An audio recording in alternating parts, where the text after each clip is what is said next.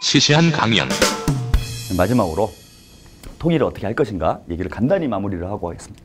노무현 대통령이 군사 분계선을 넘는 장면인데 아무것도 아니죠. 그냥 걸어가면 되잖아요. 통일이 아무것도 아니면 참 쉬운 거예요. 아까 말씀드린 사인 한번 하면 되는 문제예요. 박근혜 대통령과 김정은 제1위원장이 사인 한번 하면 되는 문제다. 근데 왜 이 쉬운 걸 못하고 있는가? 분단의 장벽은 그죠? 휴전선에 있는 게 아니라 우리 마음에 있는 거예요. 우리 마음 먹기 나름인 거야. 마음 먹기 나름. 마음 먹기 나름인 거다. 저는 이분들이 그죠? 통일에 다 고인이 됐어요. 안타깝게도. 그런 공통점이 생겨버렸는데 이분들이 다 기틀을 다져놨어요. 지금. 통일을 할 수 있는 방법론 어떻게 하면 되는지 그 기틀 다 다져놨습니다. 6.15 14선언을 통해서 남과 북이 어떤 방향으로 나가면 통일을 할 수 있는지 길을 다 밝혀주시고 갔다. 아니 고마운 선물을 남겨놓고 갔는데 지금 뭐 우리 정부에서는 뭐 6.15 반역선언 뭐 이런 소리 하고 있는 사람들이 있는데 참 안타까운 일이고 노무현 김대중 대통령이 남겨놓은 유산을 우리가 잘 갖고 가면 됩니다. 그래서 저는 무엇보다도 6.15 14선언을 그러니까 남북이 이미 합의한 거잖아요. 이거는. 여기다 하나 더 얘기할게요. 박근혜 대통령이 좀 섭섭하실 것 같아갖고.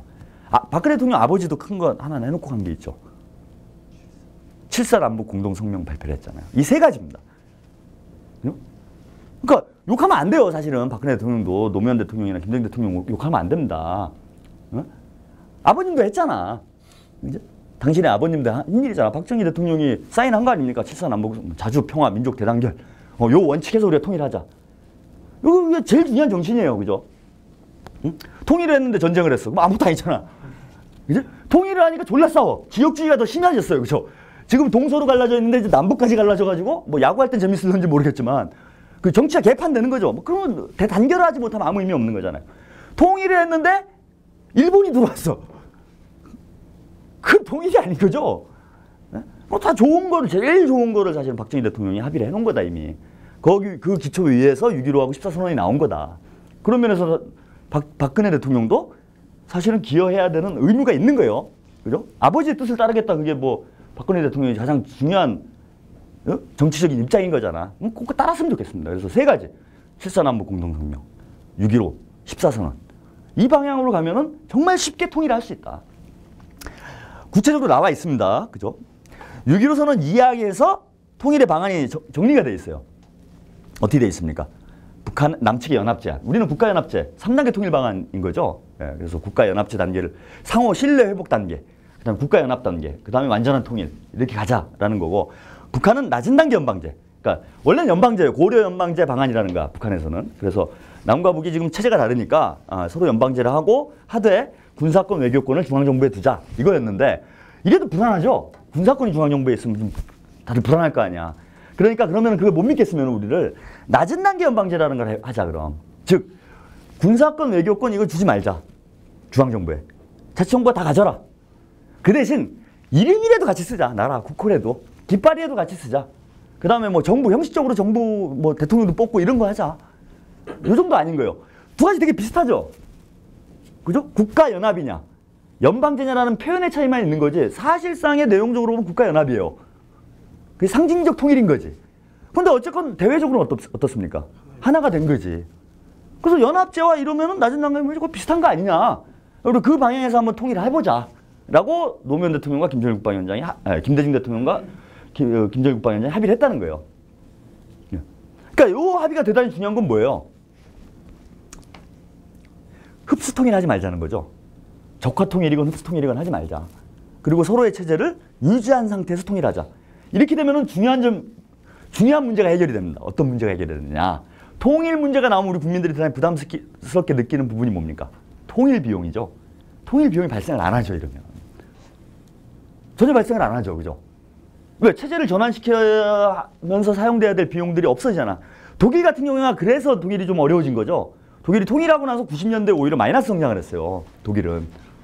지금 와서 좀 최근에 좀 회복되는 정도 분위기야. 근데 마이너스 성장을 하게 된 배경이 뭐냐면 동독에 있는 사회 시스템을 다 바꿔야 돼. 서독 형태로. 여기에 들어가는 국가적 비용이라는 게 어마어마했다는 거야.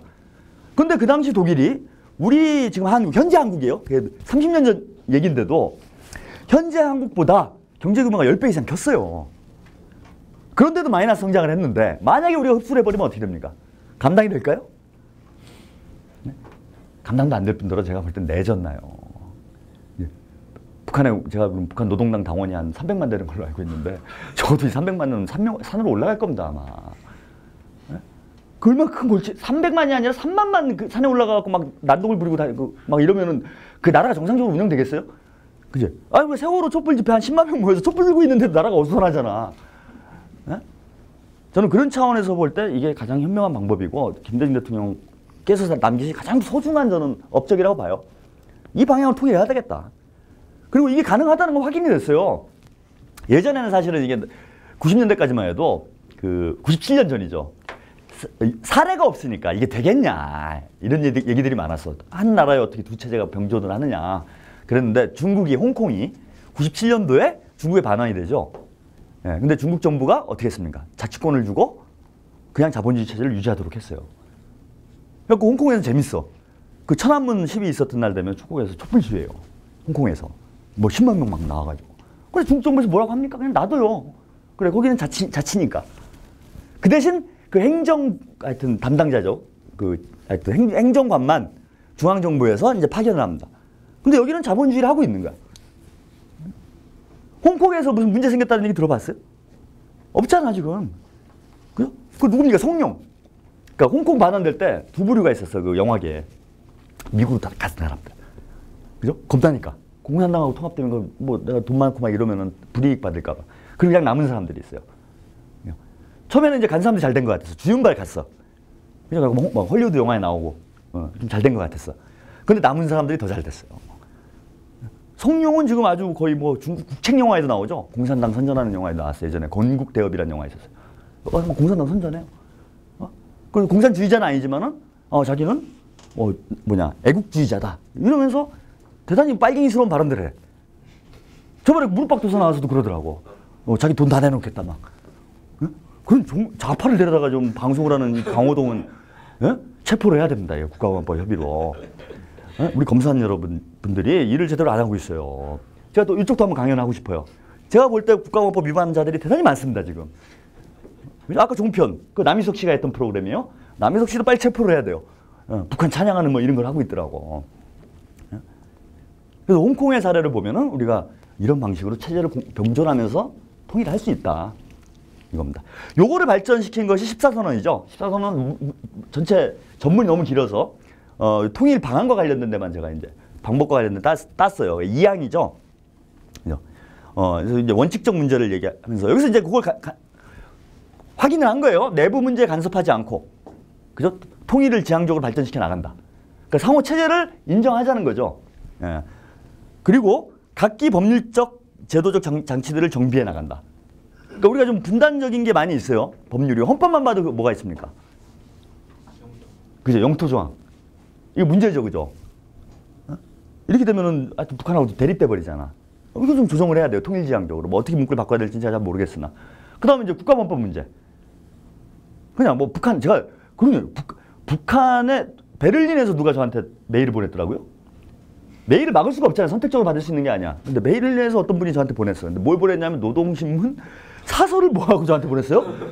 그런데 메일 안 열어보잖아. 저는 그런 게 와 있는지도 몰랐어. 근데 나중에 이제 뭐 체포돼갖고 이렇게 보니까 메일 이 사람 북한 공작원이라는 거야. 베를린에 있는데. 예, 나이가 70몇 살이래요. 예? 북한 공작원이 저는 하정우 같은 사람이 하는 줄 알았더니 노인들이 하시더라고. 예. 이 사람이 저한테 메일을 보낸 걸로 제가 회합통신죄가 됐어요. 국가보안법상. 이게 말이 돼요? 그래서 제가 열심히 싸워가지고 2심에서 이거 무죄는 됐어요. 근데 대단히 불안한 거죠. 제가 여러분들을 다 감옥에 보낼 수가 있습니다. 그래서 제가 여러분들한테 메일을 쏴주 열심히. 그치? 노동신문 자료를 다 긁어다가. 그러면 이건 도저히 남북 사이 정상적으로 교류할 수 있는 게 아니잖아. 북한 사람 만나면 어떻게 됩니까? 잠입 탈출. 그래서 잠입하는 거야, 우리가. 그래서 국가보안법 같은 것도 이제 정비를 하자, 이런 게 있었다. 근데 여기서 중요한 것이 이겁니다. 양측 의회의 각 분야의 대화 접촉을 추진하자. 그러니까 통일을 하려면 그러니까 국가 권력에서 제일 중요한 게 뭐예요? 입법기관이죠. 주권이 여기 있는 거잖아. 주권은 국민으로부터 나온다는 헌법 조항이 실현되는 건 국회예요. 그죠? 국민들이 직접 뽑아서 그들이 국가를 운영하도록 하는 거니까. 그러면 통일정부를 내는 데 제일 중요한 게 남과 북의 의회가 교류해서 통일의회를 만드는 거죠. 통일의회가 만들어지면 거기서 대통령을 선출하겠지. 선거를 할 수는 없어요. 그제? 통일 대통령을 선거할 수는 없어. 선거하면 어떤 일이 벌어질까요? 북한 지도자가 무조건 대통령이 되게 돼 있어요. 생각을 해보세요. 그죠? 거기는 후보가 한 명일 거야. 우리 몇 명이 나갈까요? 이번 뭐 보궐선거를 보셔도 아시죠? 예. 한 서너 명 나올 거예요. 예. 그럼 어떻게 돼? 여기는 무조건 한 3천만 표 나오는 거야. 100% 됐잖아. 거기는 그죠? 투표하면은. 그럼 여기서 아무리 많이 받아도 일단 투표율도 낮아요. 또 그런 문제도 있어. 투표율 한 60, 70% 나와. 뭐 통일 대통령 뽑을 때 많이 할지 모르겠는데. 근데 이게 한 또 서너 명으로 나눠져. 적어도 새누리당, 새민연, 뭐 진보당 정도 나올 거잖아요. 세 팀은. 그죠? 그럼 최다 득표를 해봐야 1,500표 나오는 거예요. 1,500만 표. 그럼 무조건 북한이 대통령 되지? 그래서 이건 하면 안 됩니다, 여러분. 제가 이렇게 정말 대한민국을 사랑하는 사람이에요. 이걸 하면 안 됩니다. 그래서 의회에서, 그죠? 같이 동수로 해가지고 의회에서 하고, 그냥 그거보다는 그냥 돌아가면서 하는 게 좋을 것 같아요. 그지? 뭐 선거하고 투표하고 그러면 싸움 나잖아, 아무래도. 예? 근데 또 선거하면 네거티브를 안 할 수가 없어요. 안 그래도 서로 감정이 많은데 진짜 하면 제대로 네거티브 할 수 있는 상태가 되는 거지, 남과 북이. 그러면 아까 대단결의 원칙에서 좀 벗어나는 거죠. 그러니까 선거하는 방식보다는 저는 뭐 어차피 자치권이 많으니까 각자 정부에 서로 돌아가면서 하는 게 좋지 않겠나, 뭐 그렇게 생각을 해봅니다. 그래서 이런 방향으로 우리가 통일을 해나가면은 저는 얼마든지 할 수 있겠다. 통일 대박이 정말 쉽게 될 수 있는 거다. 그래서 박근혜 대통령이 저는 진지하게, 아직 기회가 있어요. 이번에 저는 그런 면에서 아시안게임 대단히 중요해졌다고 보는데, 그죠? 아시안게임 자체를 봐도 응원단이 지금 들어올 필요가 있고, 그래서 응원단을 받으면서 지금 남북관계 완전히 막혀 있잖아요. 서로 감정도 많고. 자칫하면 뭐 전쟁이 안 나면 당연히 거의 이런 분위기인데, 이걸 계기로, 그죠? 민간 외교 사절이다. 뭐 민간 외교 사절? 외교 관계는 아니니까. 민간 통일의 사절이다. 이렇게 생각을 하고, 저는 응원단을 우리 정부에 대담하게 수용을 했으면 좋겠어. 그리고 그 사람들이 와서 뭘 하겠어요. 그죠? 여기 무슨 적화를 하겠어. 뭐 젊은 친구들이 와가지고. 좀 걱정할 게 아니다. 그 다음에 인천 아시안게임의 성공적 개최를 위해서도 그건 대단히 도움이 되는 일이라고 봅니다. 그래서 국민 여러분들 곧 아마 실무조촉을 또 할 것 같다고 그래요. 어떻게 될지 모르겠는데 일단 북한 측에서는 제안을 한 걸로 알고 있고, 우리 정부도 제안하는 걸 거부하진 않겠다 얘기를 했으니까 곧 실무접촉이 열릴 텐데, 우리 국민들도 이제 8월 8.15가 곧 다가오는데, 이 분단이 70년이 간다는 건 부끄러운 일이잖아요. 선조들, 그죠? 이순신 장군 볼 날이 없어요. 명랑만 보면서 우리가 재밌다고 박수만 치고 있을 게 아니라, 무슨 낯으로 우리가 이순신 장군을 보겠습니까? 이 분단된 상태를 70년을 넘게 지속을 해서. 그래서 이번 8월은 통일의 8월이 될 수 있도록 우리 함께 노력해 나갔으면 합니다. 예. 이상으로 마치겠습니다. 감사합니다.